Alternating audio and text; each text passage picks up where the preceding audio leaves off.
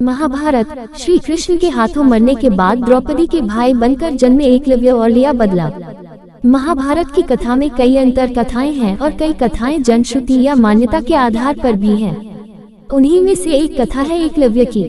सभी जानते हैं कि एकलव्य को गुरु द्रोण ने शिक्षा नहीं दी थी और बाद में उन्होंने दक्षिणा के रूप में एकलव्य का अंगूठा मांग लिया था, क्योंकि गुरु द्रोण नहीं चाहते थे कि अर्जुन के अलावा कोई भी श्रेष्ठ धनुर्धर हो।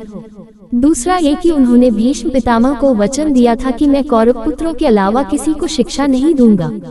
एक ऐसी मान्यता है कि अंगूठा कट जाने के बाद भी एकलव्य की धनुष विद्या में कोई कमी नहीं आई थी।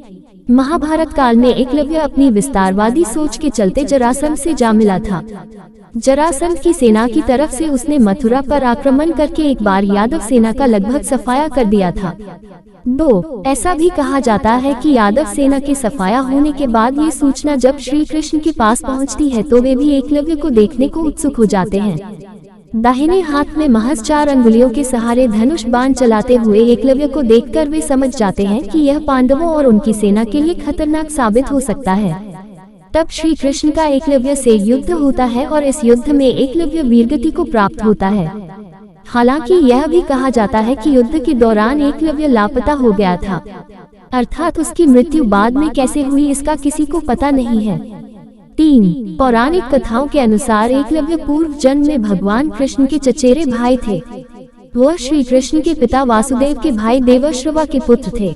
एक दिन देवश्रवा जंगल में खो जाते हैं, जिन्हें हिरण्यधनु खोजते हैं, इसलिए एकलव्य को हिरण्यधनु का पुत्र भी कहा जाता है।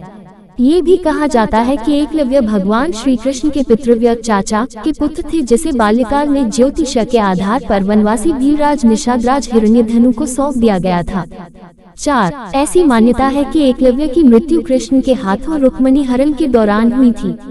इस दौरान वह पिता की रक्षा करते हुए मारे गए थे, परंतु तब श्री कृष्ण ने उन्हें द्रोण से बदला लेने के लिए फिर जन्म लेने का वरदान दे दिया था। 5 श्री कृष्ण के वरदान के बाद एकलव्य ने द्रुपद के बेटे धृष्टद्युम्न के रूप में जन्म लिया और महाभारत के युद्ध के दौरान उन्होंने अंगूठे के बदले में द्रोण का सिर काट दिया था।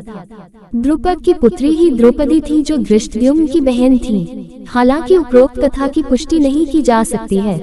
वीडियो को अंत तक देखने के लिए हृदय से धन्यवाद। कृपया इस चैनल को सब्सक्राइब करना ना भूलें और वीडियो को शेयर लाइक करके अपने अमूल्य कमेंट भी करें, ताकि हम इसी तरह सनातन संस्कृति का प्रसार करते रहें।